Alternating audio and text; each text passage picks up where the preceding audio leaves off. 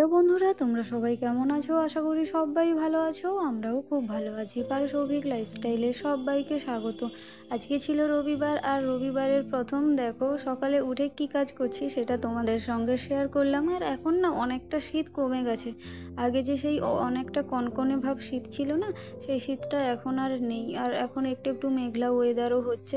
তো যাই হোক, এদিকে বাসনগুলো ধুয়ে নিলাম। এগুলো ছিল গতকালের বাসন। আজকে যেহেতু ছুটি ছিল না, রবিবার মানে একটু আলসেমি করে দিন কাটে। রবিবার তো ওর অফিসও থাকে না, তাই একটু দেরি হলেও কোনো সমস্যা হয় না। আর কালকে ও বলল যে ধুতে হবে না, রেখে দাও, পরের দিন ধুয়ে নেবে। আর যেদিন অফিস থাকে তার আগের দিন তো আমি সমস্ত কিছু ধুয়ে রাখি, মানে প্রত্যেক দিনের বাসন রাত্রিবেলা প্রত্যেক দিন আমি ধুয়ে রাখি, যাতে না পরের দিনে জন্য অসুবিধা হয়। পরের দিন কি বলো তো, ওই সবজি কাটো, বাসন ধোও, আবার রান্না করো, অনেকটা কিন্তু চাপ হয়ে যায়। তাই আমি চেষ্টা করি না, প্রত্যেক দিনের বাসন, রাতের বাসন প্রত্যেক দিন আমি ধুয়ে রেখে দিই। তো যাই হোক, এদিকে দেখো আমার উনি সমস্ত কিছু বাজার করে নিয়ে চলে এসেছে। এত সবজি বাজার করে নিয়ে চলে এসেছে। আর ওকেও আমি এই দিক থেকে বলছি যে তুমি কেন এত সবজি এনেছো, নষ্ট হবে সব। আমাদের না প্রচুর সবজি কিন্তু নষ্ট হয়। ও তো সবজি খেতে অতটা পছন্দ করে না, আমি আর কতটা সবজি খাবো বলো আমি নিজে। তো ওকে সেটাই বলছিলাম যে এত সবজি এনো না, মাঝখানে যখন লাগবে তখন সবজি এনো। আর কি কি এনেছে সেটাও তোমাদের সঙ্গে একটু বলে দিচ্ছি।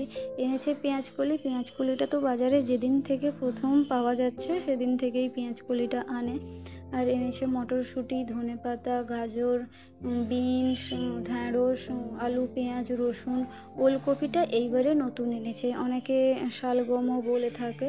ফুলকপি দিয়ে মাছের টক খেতে কিন্তু খুব ভালো লাগে। আর ও বাজার গেছিলো, সেই ফাঁকে আমি আদা, রসুন, পেঁয়াজ, কাঁচা লঙ্কা সব কেটে রেখে দিয়েছি। রান্নাটা বসিয়ে দিয়েছি। রবিবার মানে তো চিকেন।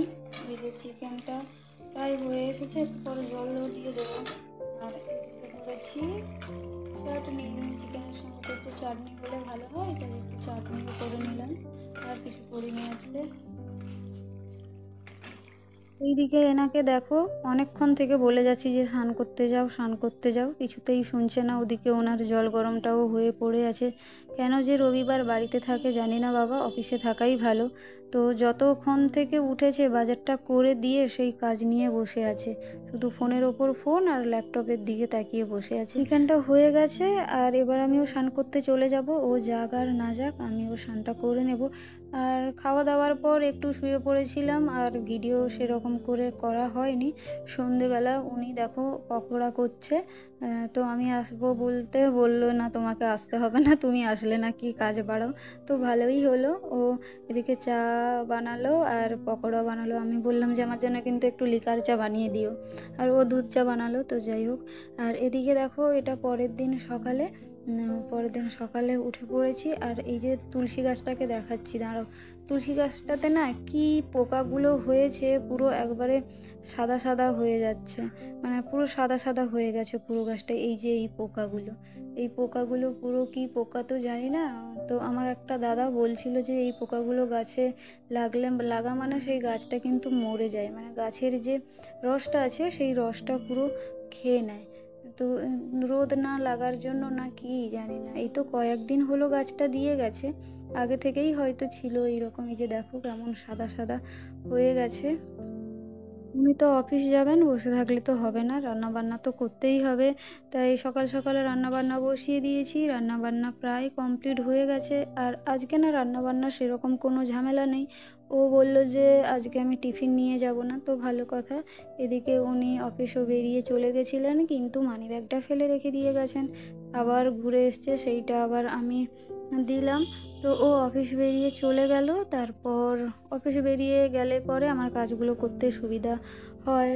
তো অফিস বেরিয়ে যাওয়ার পর এই যে ব্যালকনিটা আছে, একটুখানি ব্যালকনিটাতে বসে থাকি। তারপর আবার যত সব কাজ থাকে সব কাজগুলো করি। এদিকে দেখো সমস্ত কিছু কেচেছি, সমস্ত মানে কয়েকটা কেচেছি। অনেক কিছু কাজলে সেই ওপরে গিয়ে মিলে দিয়ে আসতে হবে। তো ওপরে কে যাবে, ওনারা তো নেই। যতই ভাবি যে একটু তাড়াতাড়ি করে কাজগুলো শেষ করে ফেলবো, কিন্তু সেই দেরি হয়ে যায়। আর কী করে যে দেরি হয়ে যায় নিজেও বুঝতে পারি না। তো যাই হোক, আমার দোষেই দেরি হয়। আর আজকে না সকাল থেকে সেরকম কোনো কাজ ছিল না। সকাল থেকে মানে ও আজকে বললো যে আজকে টিফিন নিয়ে যাব না। টিফিন নিয়ে যাওয়ার থাকলে একটু ঝামেলা থাকে, না হলে তো আমাদের খাবার যেইগুলো রান্না হয় সেইগুলো রান্না করে ফেলি। তো রান্নাটাও ঝটপট করে হয়ে গেছে। আর আমি ভেবেছিলাম ও যেরকম 10:30টাতে যায় ওই রকম বেরিয়ে যাবে, কিন্তু আজকে যেহেতু অফিস যাবে না, একবারে বাড়ি থেকে সাইটে যাবে, তাই একটু লেট করে বেরিয়েছে। আর তারপর ও বেরিয়ে যাওয়ার পর যত কিছু ছিল সব গুছিয়ে পরিষ্কার করলাম, রান্নাঘর পরিষ্কার করলাম, কয়েকটা কাচাকাচি ছিল সেইগুলোও কাচলাম, বেশি কিছু কাচিনি। আর আজকে তো ওয়েদারটা যা মেঘলা, রোদও হয়নি। তো আমি যেদিন কাচি না ওই দিনই দেখি প্রায় সময় মেঘলা হয়, রোদ বেরোয় না। আর এখন শীতটাও নেই, সেই যে একটা কনকনে ভাব শীত ছিল না, সেই শীতটাও নেই। আর সোয়েটারগুলো 1 সপ্তাহ পরার পর আর পরতেও ইচ্ছে করে না, সোয়েটারগুলো রেখে দিয়েছি। সোয়েটারগুলো কাচলে সেই ছাদে গিয়ে মেলতে হবে, না হলে এই ব্যালকনিতে মেললে পরে শুকনো হবে না।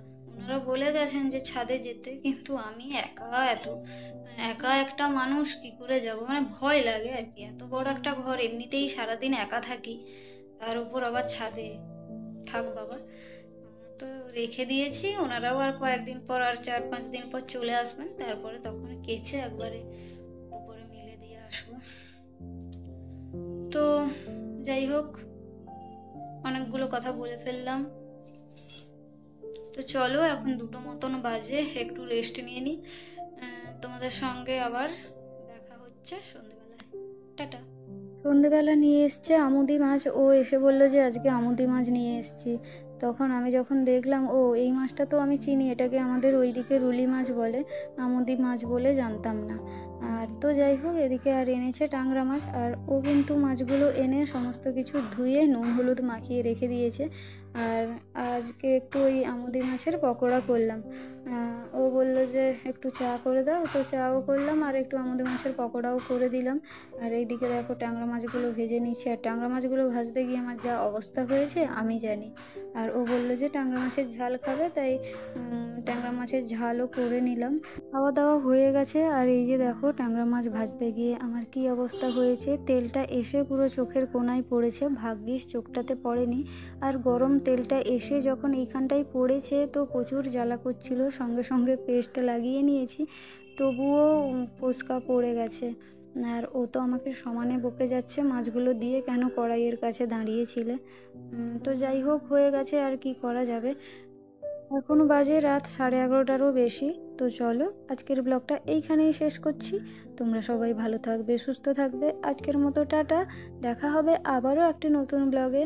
ব্লগটা ভালো লেগে থাকলে অবশ্যই লাইক, কমেন্ট, শেয়ার এবং সাবস্ক্রাইব করে দিও। টাটা।